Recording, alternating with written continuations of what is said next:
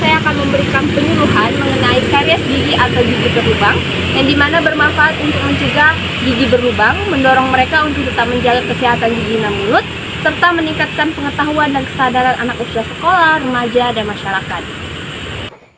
Selamat malam semuanya.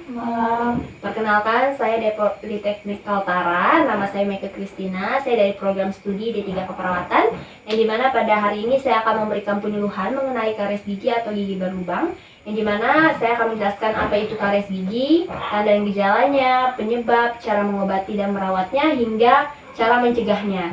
Baik, di sini saya ada leaflet. Teman-teman bisa membacanya.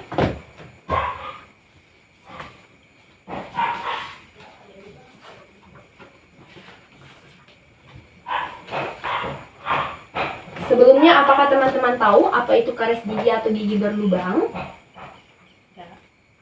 Oke, baik. Di sini saya akan menjelaskan karies gigi atau gigi berlubang itu apa sih. Jadi, karies gigi atau gigi berlubang itu adalah masalah gigi ketika gigi mengalami pemusukan atau kerusakan di bagian dalam atau luar gigi, dan juga dapat merusak struktur gigi. Yang dimana karies ini jika tidak ditangani dengan baik, maka akan dapat menyebabkan nyeri, infeksi, pendangkalan gigi, berbagai bahaya kasus lainnya, bahkan kematian. Nah, karies gigi ini dia bersifat kronis dan irreversible atau kondisi yang sudah tidak dapat diperbaiki lagi. Lalu apa sih penyebab dan faktor resikonya? Terutama pastinya makanan manis, contohnya seperti permen, wafer coklat, puding, roti coklat, biskuit maupun cookies, atau makanan yang mengandung tinggi gula. Lalu yang kedua, merokok, yang dimana merokok ini dapat mengurangi saliva atau air liur kita, yang dimana berperan dalam menjaga kelembapan rongga mulut serta membersihkan sisa-sisa makanan di dalam mulut. Lalu yang ketiga itu ada alkohol, yang dimana alkohol ini bersifat asam. Dia dapat mengikis lapisan enamel gigi, dan juga sama seperti merokok tadi, dia dapat mengurangi produksi saliva atau air liur. Lalu yang keempat itu ada obat-obatan yang membuat mulut kering, contohnya seperti diazepam dan amlodipin. Ini dia membantu penyerapan cairan atau elektrolit dalam tubuh sehingga menurunkan aktivitas kelenjar ludah. Lalu ada faktor usia, karena setahu saya karies ini menyerang setiap usia, yaitu ada anak usia sekolah, remaja, dewasa maupun usia lanjut. Lalu di sini tanda dan gejalanya. Yang pertama itu bau mulut, yang dimana disebabkan oleh bakteri yang bersalang baik di dalam gusi atau karang gigi maupun tambalan yang bocor. Lalu yang kedua itu lubang di gigi, yang dimana setiap orang yang mengalami karies gigi pastinya akan ada lubang pada giginya. Lalu yang ketiga itu gigi terasa nyeri saat mengonsumsi makanan manis, gula maupun panas atau dingin. Lalu yang keempat itu nyeri pada gigi, yang dimana pasien yang mengalami karies gigi ini dapat mengalami nyeri hingga menyebar ke bagian telinga, rahang maupun bagian kepala. Lalu yang terakhir gigi sensitif, yang dimana ketika teman-teman mengonsumsi makanan atau minuman dingin, gigi teman-teman itu akan terasa nyilu dan sensitif. Lalu di sini ada macam-macam karies gigi. Yang pertama itu ada karies pit dan fisura, yang dimana ini yang paling umum terjadi. Ini memengaruhi permukaan kunyah gigi belakang, itu gigi geraham dan gigi geraham belakang. Lalu yang kedua itu ada karies permukaan halus, yang dimana ini kedua yang paling umum terjadi, yang memengaruhi permukaan gigi yang halus, yang tidak bersentuhan dengan gigi lainnya, itu gigi seri dan gigi taring. Lalu yang ketiga itu karies akar, atau dia memengaruhi akar gigi, yang dimana ini dia ditutupi oleh gusi atau tulang, yang dimana terjadi ketika teman-teman menyikat gigi itu terlalu keras, atau dia penyakit gusi karena menyusut karena penuaan, penyakit gusi, atau ya karena itu tadi menyikat dengan terlalu keras sehingga akar gigi itu terpapar plak dan bakteri. Lalu yang terakhir itu karies sekunder, yang dimana itu terjadinya restorasi yang sudah ada. Contohnya seperti ketika teman-teman di giginya sudah ada tambalan atau jembatan gigi atau implan, yang dimana itu tambalannya bisa saja rusak, cacat, atau tidak diperbaiki dengan baik. Itu dapat sehingga terjadi plak dan bakteri itu menempel di celah atau di tepi gigi teman-teman. Lalu di sini ada komplikasinya, yang dimana ketika karies gigi ini tidak ditangani dengan baik, maka akan terjadi nyeri. Nyeri ini dia dapat meradang dari telinga, rahang hingga ke kepala. Lalu yang kedua, abses gigi, yang dimana jika karies ini sudah sampai ke jaringan lunak, maka akan terbentuk kantong nanah. Lalu yang ketiga itu dia gingivitis. Gingivitis ini salah satu penyakit gusi, yang dimana gusi akan mengalami pembengkakan, peradangan maupun pendarahan.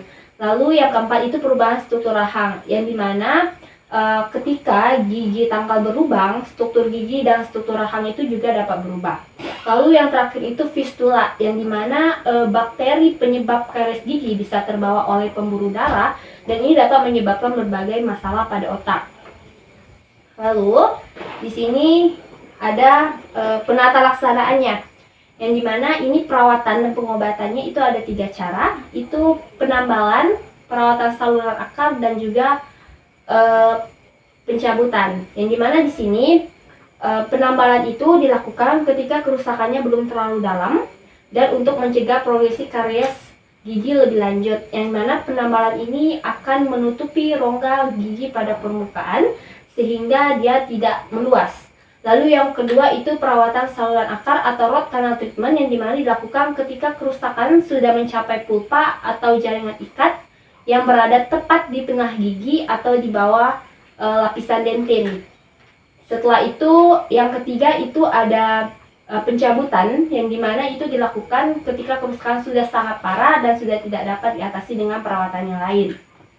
Lalu bagaimana sih cara mencegah karies gigi itu? Pastinya yang pertama teman-teman harus menyikat gigi secara teratur, itu 2 kali sehari. Lalu teman-teman bisa berkumur dengan obat kumur yang mengandung fluorid, atau teman-teman juga bisa berkumur dengan air garam. Lalu yang ketiga, teman-teman bisa membatasi mengonsumsi makanan atau minuman yang manis, atau minuman atau makanan yang mengandung tinggi gula. Lalu yang keempat itu melakukan perawatan dengan antibakteri, contohnya seperti berkumur, membersihkan gigi dengan bahan herbal, atau menyikat gigi. Lalu ada menggunakan pasta gigi dengan kandungan fluorid, contohnya seperti Pepsodent dan Ciptaden. Lalu yang terakhir itu melakukan pemeriksaan rutin ke dokter gigi itu sebanyak 6 bulan sekali. Lalu di sini ada mitos dan faktanya. Baik, ini seperti yang teman-teman tahu bahwa mitos bau mulut disebabkan karena masalah pencernaan. Jadi sebenarnya bau mulut ini disebabkan oleh bakteri yang menempel di gigi. Jadi dia bersarang di gusi maupun karang gigi atau tampalan yang bocor. Jadi ini sekian materi atau informasi mengenai karies gigi. Jadi apakah teman-teman ada pertanyaan?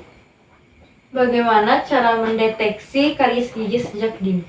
Baik, bagaimana cara mendeteksi karies gigi sejak dini itu dengan memeriksa ke dokter gigi secara berkala, yang dimana itu dilakukan 6 bulan sekali untuk memeriksa gigi apakah ada masalah atau tidak. Apakah ada lagi? Saya mau tanya Teh,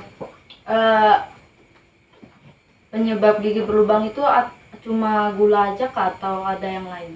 Baik, untuk penyebabnya bukan hanya gula, itu ada faktor lain seperti teman-teman menyikat giginya tidak teratur, jenis makanan yang teman-teman konsumsi, frekuensi makannya, atau bisa jadi genetik itu bisa memainkan peran dalam terjadinya gigi berlubang. Apakah ada lagi? Baik, jika tidak ada, sekian informasi yang dapat saya berikan. Terima kasih atas waktu yang sudah teman-teman sempatkan untuk mendengarkan penyuluhan pada hari ini. Terima kasih.